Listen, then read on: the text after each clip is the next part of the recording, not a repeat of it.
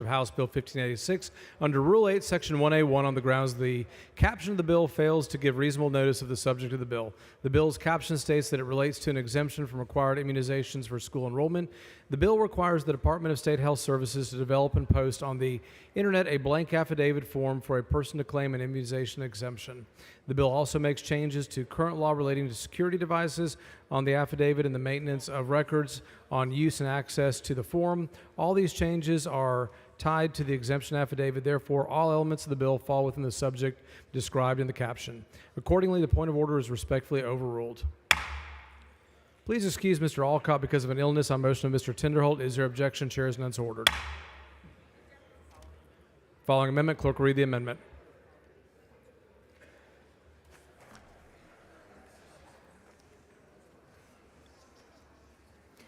Amendment by Flores. Ms. Flores. Thank you, Mr. Speaker. Members, as of May 9th, 2025, there have been 709 measles cases in Texas, leading to the death of 2 children, 92 hospitalization, and impacting 29 counties. Before this historic outbreak, the efficacy of the MMR vaccine was clear, so much so that in 2000, the United States declared the measles virus eliminated. Let that sink in. 25 years ago, our country virtually eliminated measles, and now we are on the verge of another national disease outbreak. The fact is that vaccines are one of the most significant public health accomplishments of all time. They have prevented countless cases of disease and disability and have saved millions of lives every year. This doesn't just stop being true because someone chooses not to get a vaccine. This amendment does not take away anyone's rights. It simply requires that before requesting the affidavit form, Texans are fully informed of both the benefits and the risks of vaccination. Furthermore, this amendment is in line with countless other informed consent requirements that the legislature imposes on Texans. Before the Dobbs decision, women were required to wait 24 hours and take home a booklet describing the stages of pregnancy before they could receive an abortion. And in just a few short months, Texans may receive notification regarding the harms of social media before accessing their Instagram accounts. This amendment is about ensuring individuals are fully informed about the benefits and risks associated with their decisions to not prevent the spread of diseases. Members, either you believe in the importance of informed consent or you don't. A vote against this amendment or for a motion to table will indicate to your constituents that informed consent only matters when you want to micromanage lives. I move adoption. Ms. Hull in opposition.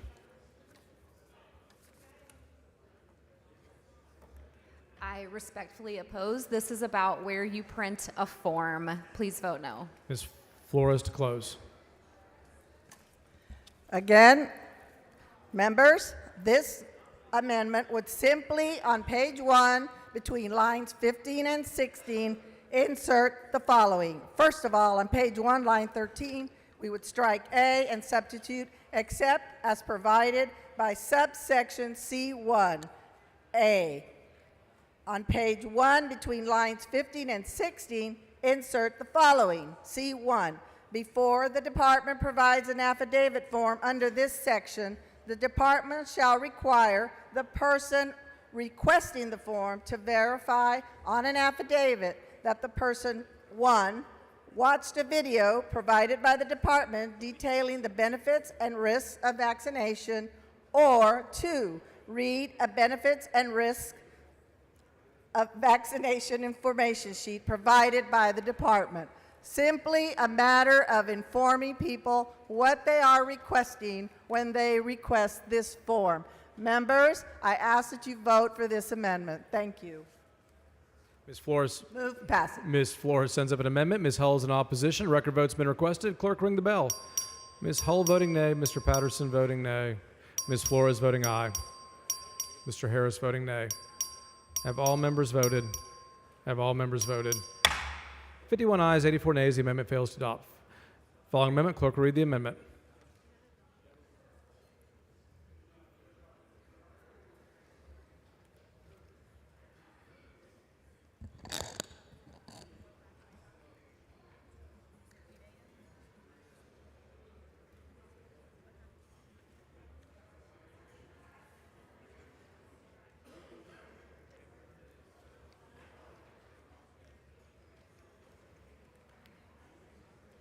Amendment by Wu.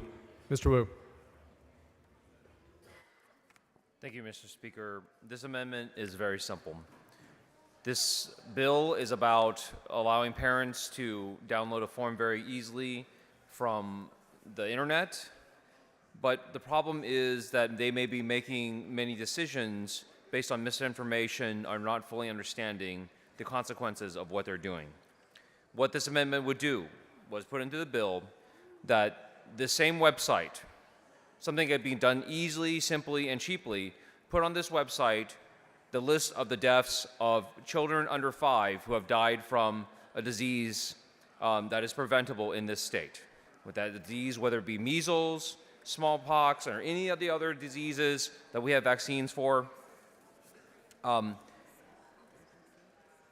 We know that a child who has obtained a vaccine exemption is 35 times more likely to contract these type of preventable diseases, like measles, a disease that is currently burning its way through Texas right now because our herd immunity in the state has been greatly compromised by parents and by families who have chosen to not vaccinate against a proven, from a disease that we know that has a proven effective vaccination. In the last couple of months, we have witnessed the true impact and the consequences of a lack of vaccines have on children.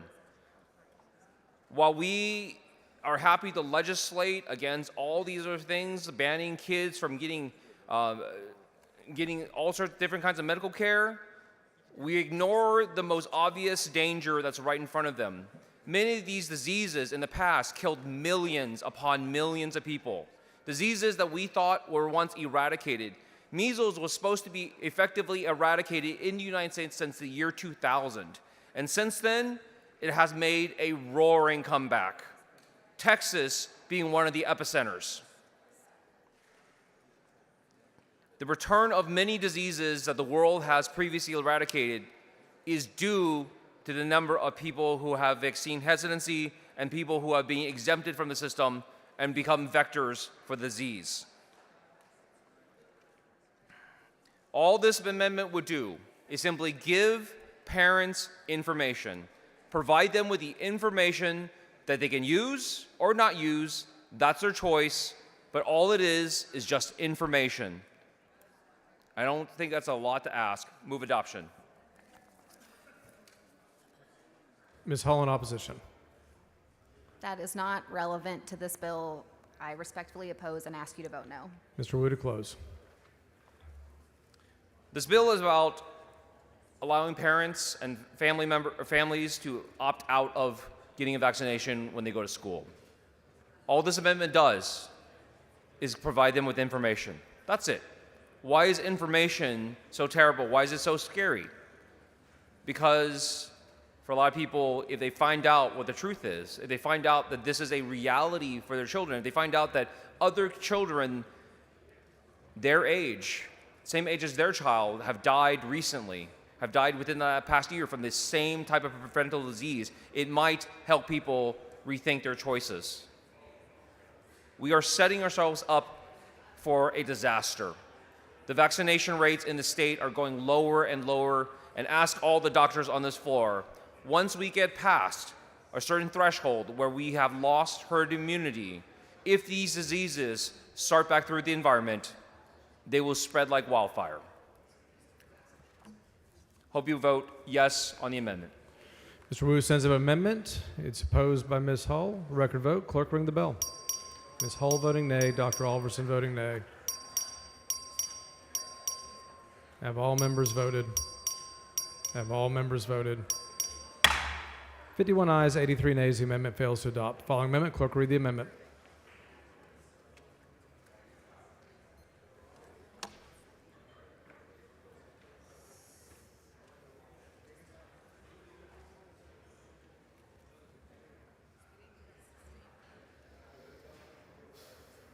Amendment by Howard. Ms. Howard. Thank you, Mr. Speaker and members. This amendment is about parents' rights. This is about a parent's right to know if their child is in danger of contracting a vaccine-preventable disease. According to the Department of State Health Services, half of Texas counties have lower than recommended measles vaccination rates for kindergartners, which creates pockets in which measles can spread. Measles requires about 95% of the population to be vaccinated in order for herd immunity to kick in. So to put that in perspective, Texas classrooms are prohibited from having more than 20 to 22 students depending on the grade level. So to achieve herd immunity, only one student could be unvaccinated at any given time. The more students in that classroom that are not vaccinated put everyone at risk of contracting a deadly disease. Making it easier for a parent to opt out of preventing the spread of disease creates pockets of under-vaccinated and vulnerable children and poses a great risk to the entire community. Parents of a child who may not be able to be vaccinated, such as a child who is immunocompromised due to a disease like leukemia, should know. Parents should know if their child is at greater risk on their school campus.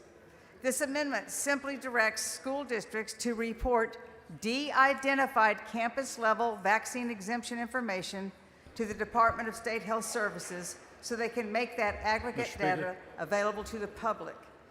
The amendment also requires DSHS to conduct biannual research on disease outbreaks and data implications. This amendment empowers parents with data on how many unvaccinated students attend their school so they can make decisions about how to best protect their children from potentially deadly diseases. Move adoption. Ms. Hull in opposition.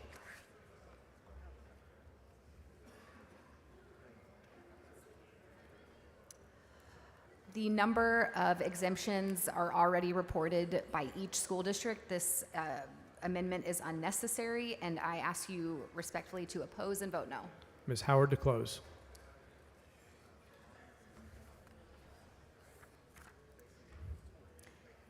This provides additional information than what is currently available. It allows parents to get the information they need to make the choice that they want to make for their child, to make sure their child is protected, that if they need to make a choice to go to a different school, whatever that choice needs to be, the parent has to have that information to protect their child. I move adoption, and I'll ask you to vote on this amendment. Thank you. Ms. Howard sends up an amendment. It's opposed by Ms. Hull. It's a record vote. Clerk, ring the bell. So Ms. Hull voting nay. Dr. Alverson voting nay.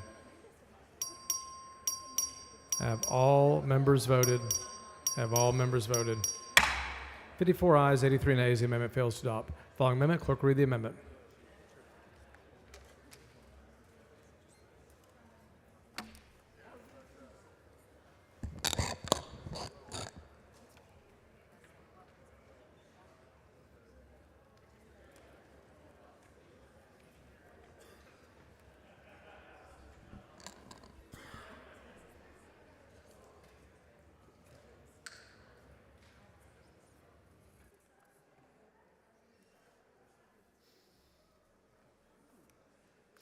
Amendment by Lalani. Dr. Lalani.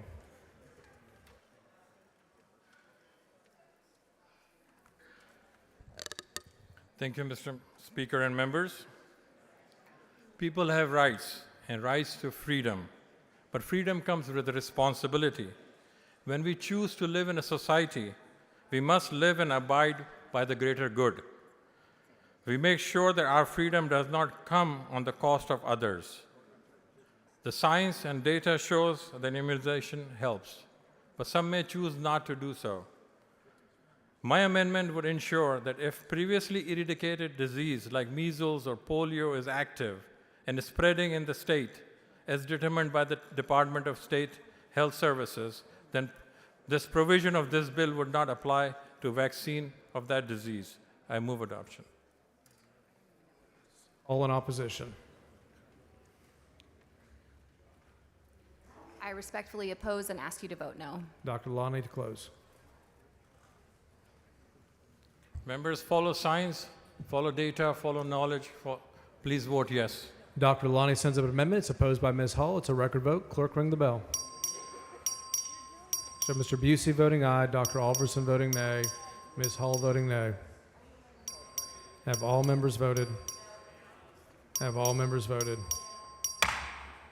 There being 55 ayes, 83 nays, the amendment fails to adopt. Following amendment, clerk will read the amendment.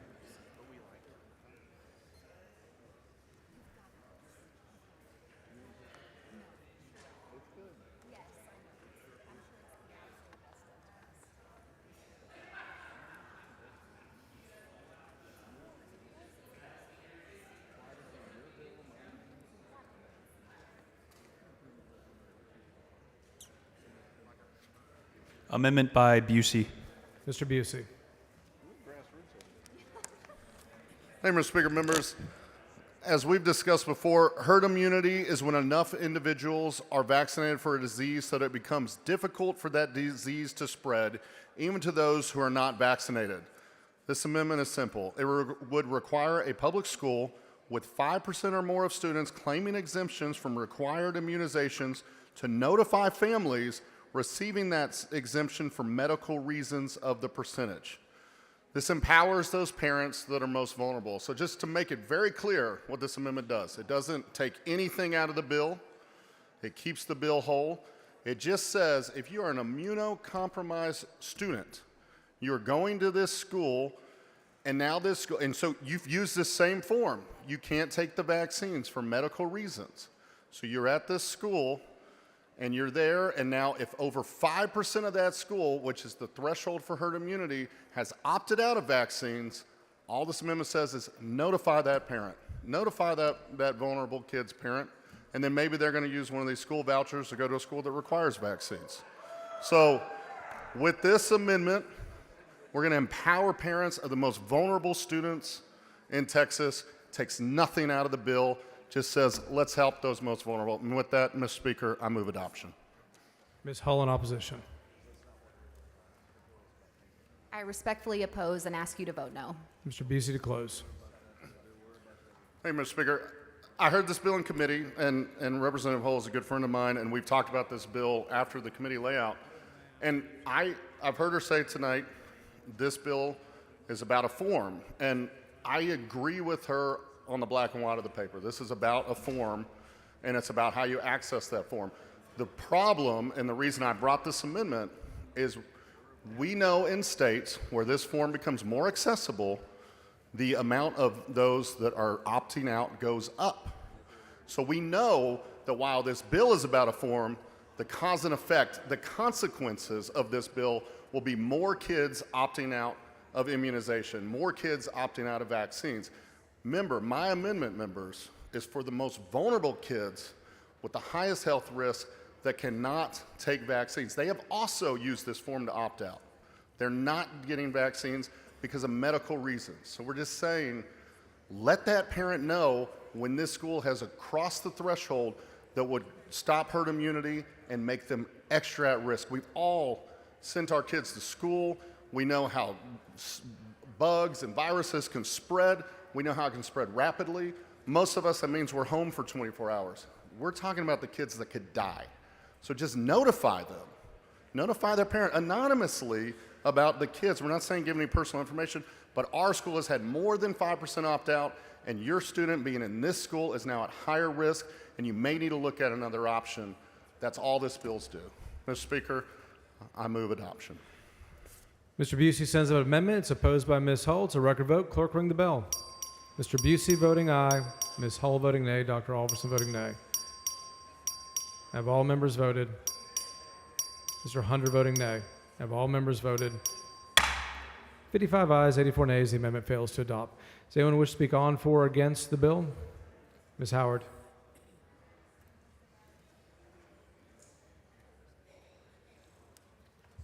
Thank you, Mr. Speaker. Members, I know this is about a form, but I think Representative Busey did a good job of talking about what the impacts are of easy access to forms without being fully informed necessarily of the consequences of that, and how that has resulted in increased outbreaks in communities that have increased exemptions. I think he's bringing, is that it? This is a chart, if you can see it here, that shows Texas's non-medical exemptions, 2003 to 2024, and I think you can just see that we've got significantly more exemptions now than we've had before. It doesn't appear that there's an issue with people who want exemptions getting them. Easing access is not really something that needs to be put in place. And let me just say, I'm older than most people in here. I remember when we had these communicable diseases. I had them all. I'm one of those that had it and survived, and I'm very lucky because a lot of children back in my day did not. I had an uncle who had polio. He was in an iron lung for an entire year as an 11-year-old, away from his family. These are real diseases that my generation and the people before me experienced. One of the greatest things that has happened in public health in the past century has been the development of effective, safe vaccines. It has saved hundreds of lives. And it's very hard when you didn't live in that time to really understand how bad it was. It's in the past. It's something that you haven't had any lived experience with, many of you in here. And it doesn't have the same consequence to you that it does to people like me who were around and who had those diseases and who saw people who suffered and who died as a result of those diseases. This is real. We had almost eradicated measles, and it's back. This is making it easier unnecessarily to access forms, which seem like a simple thing to do. Oh, I don't have time to go get this. I don't know where to go get the vaccine. I just can download this and I can go ahead and get my kid in school. Yeah, I get it. They've got a lot of things on our minds, a lot of things we have to do, a lot of things to get kids ready for school, and this is just one more thing. People need the information to know why this one more thing is one of the most important things that they can do for their children and for all the other children that are around them in the school. Mr. Speaker, Ms. Weiner, for what purpose? will the gentlelady yield for a few questions? Does the gentlelady yield for a few Of course. questions? She yields. Thank you so much, Representative Howard. I really, in particular, appreciate your story about polio. Were you aware that my great-grandmother had one leg shorter than the other and walked with a limp her entire life because of her childhood experience with polio? And my uncle had a limp his entire life as well. I really appreciate you talking about this dramatic impact and how much the current pushback against vaccines is them being a victim of their own success. But we're seeing that success start to wane as we see more vaccine hesitancy. Did we lose some children in Texas to measles recently? Unfortunately, we did. And it's tragic that they were lost to something that is preventable. And Representative Howard, given some of the rise we're seeing in these vaccines, or I'm sorry, in vaccine hesitancy, given this rise we're seeing in whooping cough, which is most dangerous to babies who are too young to even get the vaccine, what message do you think the Texas legislature should be sending to the Texas public about the safety and efficacy of vaccines? Well, I mean, the first message I think you just said is that these are extremely safe. The stories that we hear about adverse events are very rare. Most of adverse events are minor. The consequence of not being vaccinated, we're seeing right now, as you point out, 2 children have already died in our state. This is a very simple thing to do that can have tremendous impacts on the safety of not only your child, but the community at large. And we do not want to see these diseases come back. They spread oftentimes like wildfire and start to create the situation where more and more people get sick, more and more people will die. And this is a very simple thing that you can do that will keep your family safe and keep other families safe as well. If we pass this bill today, are we sending Texans the wrong message? I think we're minimizing the impact of what this is about if we pass this bill. We're saying that it's no big deal. Fill out a form. You don't even have to be informed about what this is about. You don't have to see your pediatrician or your doctor to get more information about whether or not this is the best thing for you or not. You're not being given the pros and cons of what really is happening here. So I think we're doing a disservice to people. We're minimizing something that can be very tragic. We're acting like it's just so simple. All you have to do is download a form and fill it out and be done with it.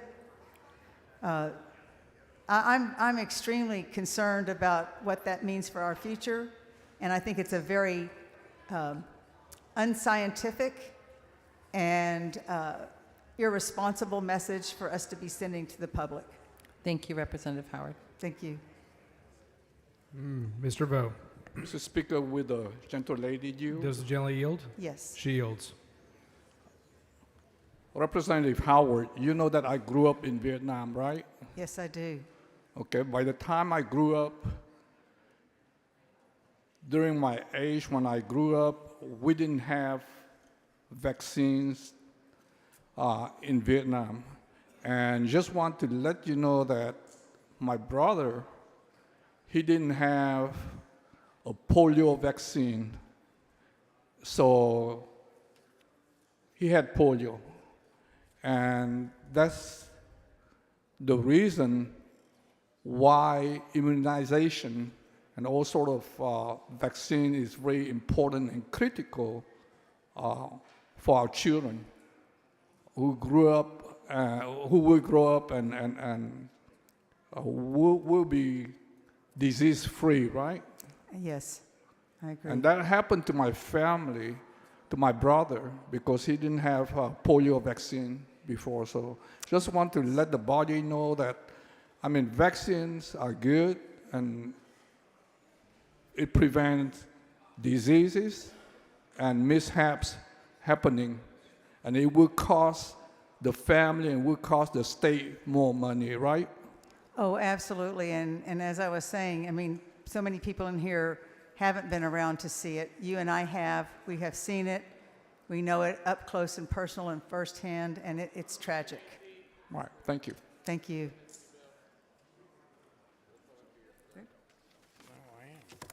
Mr. Morgan, for what purpose? Does the gentlelady yield for questions? Gentle yield for questions? Of course. She yields. So we've added hundreds or more than double the vaccines. Don't we think it's right that parents actually have a choice to choose? And don't they make the best decisions for their kids? I would like to think that parents Okay, thank you. typically make the best decisions for their children, yes. That being said, I think that they can always benefit from learning more about the pros and cons so that they can really make an informed decision. I hope that we can defeat this legislation because I think that it will, in the long run, be detrimental to the public health of Texans.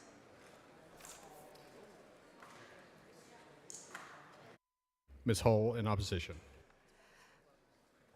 Ms. Hull to close on the bill. Thank you, Mr. Speaker. Members, this bill is about where a form is printed. Move passage.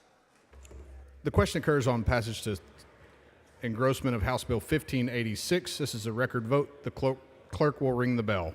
Show Dr. Oliverson voting aye. Show Ms. Hull voting aye. Ms. Fairley voting aye. Mr. Alders voting aye.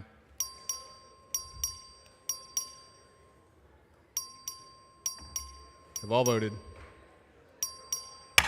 There being 85 ayes, 57 nays, House Bill 1586 is passed to engrossment. Chair lays out on second reading House Bill 3788.